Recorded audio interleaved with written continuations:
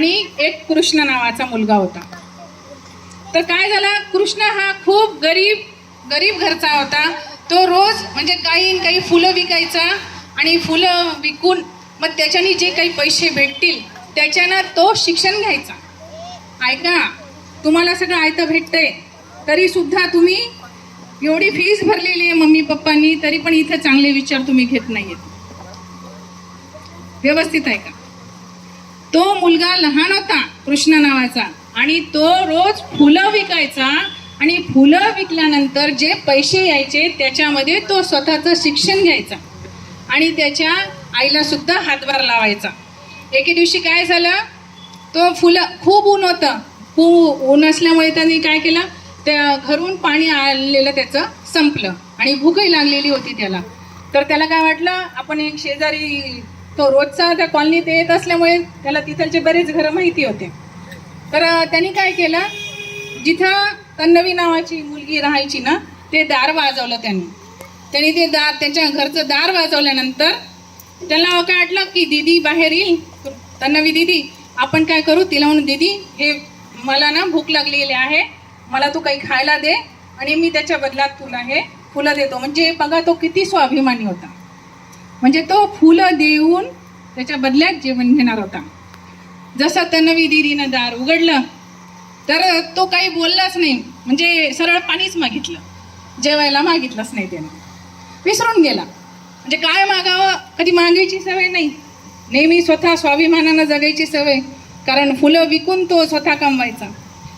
तर तन्नवी दीदी पण बघा ती किती संस्कारी होती, तिला वाटलं एवढा उन्हाचा वेळ आहे आणि हा नुसता पाणी मागतो, याला नक्कीच त्याचा चेहरा तर दाखवतो की याला भूक लागलेली आहे. तर ती आतमध्ये गेली, जेव्हा पाणी आणू लागली, पाणी आणताना तिने त्याच्यासाठी एक ग्लास दूध आणि काही बिस्किटासोबत घेऊन आली आणि त्याला काय म्हणले, अरे कृष्णा तू इथं बस आणि पाणी तर पी, पण त्याच्यासोबत हे दूध आणि बिस्किट सुद्धा खा. तर तो कृष्णा इतका संस्कारी होता, तो नेहमी देवाचे धन्यवाद द्यायचा. तो म्हणायचा, देवा खरंच तू किती छान आहेस आणि तू किती काळजी घेतोस आमची सगळ्यांची, की मला भूक लागलेली होती, हे तू त्या दीदीच्या लक्षात आणून दिलं आणि मी न मागता, मी स्वाभिमानी आहे हे तुला माहीत होतं, तर मी न मागता तिने मला दूध आणि बिस्किट आणून दिली. देवा तुझे कोटी कोटी धन्यवाद आहे आणि दीदीचे सुद्धा कोटी कोटी धन्यवाद आहे. त्याने पाणी पिलं आणि दीदीला पण खूप धन्यवाद दिले की तू मला दूध बिस्किट दिलेस म्हणून. आणि तो निघाला तिथून आणि त्याची रोजची दिनचर्या काय होती की फुलं विकायचे आणि आपल्या शिक्षण स्वतःच्या पायावर करायचं आणि आईला सुद्धा हेल्प करायची. असे दिवस जात गेले आणि तो मुलगा एवढी मेहनत करत करत एके दिवशी डॉक्टर झाला आणि खूप मोठा डॉक्टर झाला तो मुलगा. त्या मुलाचं नाव काय होतं, कृष्णा. डॉक्टर कृष्णा म्हणून नाव कमवलं त्याने, मोठा डॉक्टर झाला. इकडे काय ती दीदी पण म्हणजे मोठी झाली, लग्न झालं तिचं, पण काही कारणास्तव तिच्या तब्येतीमध्ये तिची तब्येत चांगली नाही, खूप सिरियस तब्येत झाली आणि योगायोगानं ती हॉस्पिटलमध्ये ॲडमिट झाली. कुणाच्या हॉस्पिटलमध्ये आली, कृष्णाच्याच हॉस्पिटलमध्ये योगायोगानं ॲडमिट झाली. तिला ते माहीत नव्हतं की हा कृष्णाचा हॉस्पिटल आहे काय, कारण तिचं तर लग्न झालेलं होतं, ती दुसरी सासरी गेलेली होती ती तिच्या, तर तिला काय माहीत ना ह्या गावात कृष्णाचं हॉस्पिटल आहे म्हणून. ती ॲडमिट झाली, तिचं खूप सिव्हिअर प्रॉब्लेम असल्यामुळे जसं ती आली आणि तिचं नाव कृष्णाला माहिती होतं, त्याने माहीत झालं की ही केस म्हणजे अरे आपल्या गावची आहे आणि तिने मला हेल्प केली होती तीच दीदी आहे.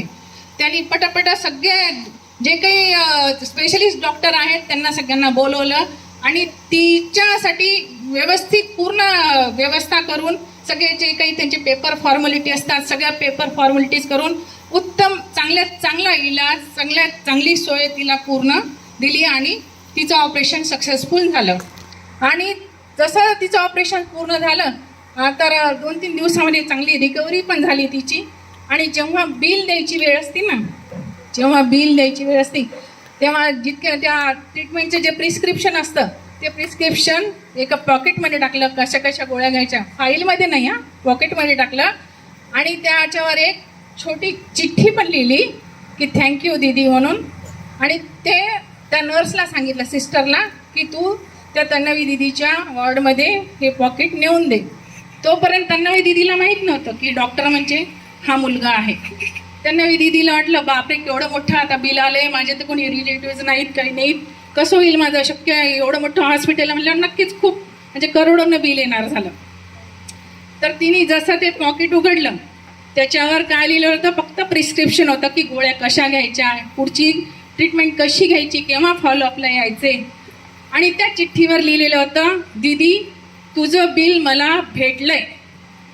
काय म्हणून भेटलंय, तू जेव्हा मला मी जेव्हा पाणी मागितलं होतं तेव्हा तू मला 1 ग्लास दूध आणि 4 बिस्किटं दिली होते, तेव्हाच तुझं पूर्ण बिल माझ्या चुकतं झालेलं आहे.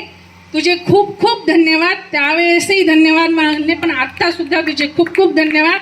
आणि देव तुला नेहमी स्वस्थ राहू दे आणि खुश राहू दे आणि आनंदी ठेव, हीच माझी इच्छा. आणि देवा तुझे धन्यवाद आहे की तू मला त्या दीदीचं रिटर्न करण्याचं सौभाग्य दिलं. आणि माझ्या डॉक्टरीची माझी ही जी सेवा द्यायची, डॉक्टरांची सेवा म्हणजे बिझनेस नाही तर सेवा असती, तर इतकं चांगली सेवा देण्याचं मला एक क्षण दिला, हां सौभाग्य प्राप्ती झाली. तर हे असं रिटर्न असतं बघा, केव्हा रिटर्न चुकतं होईल काही सांगता येत नाही. म्हणून नेहमी चांगले कर्म करायचे आणि नेहमी एकमेकाची मदत करायची, कारण ती आपल्या जीवनाच्या बँकेमध्ये जमा होते. आलं लक्षात?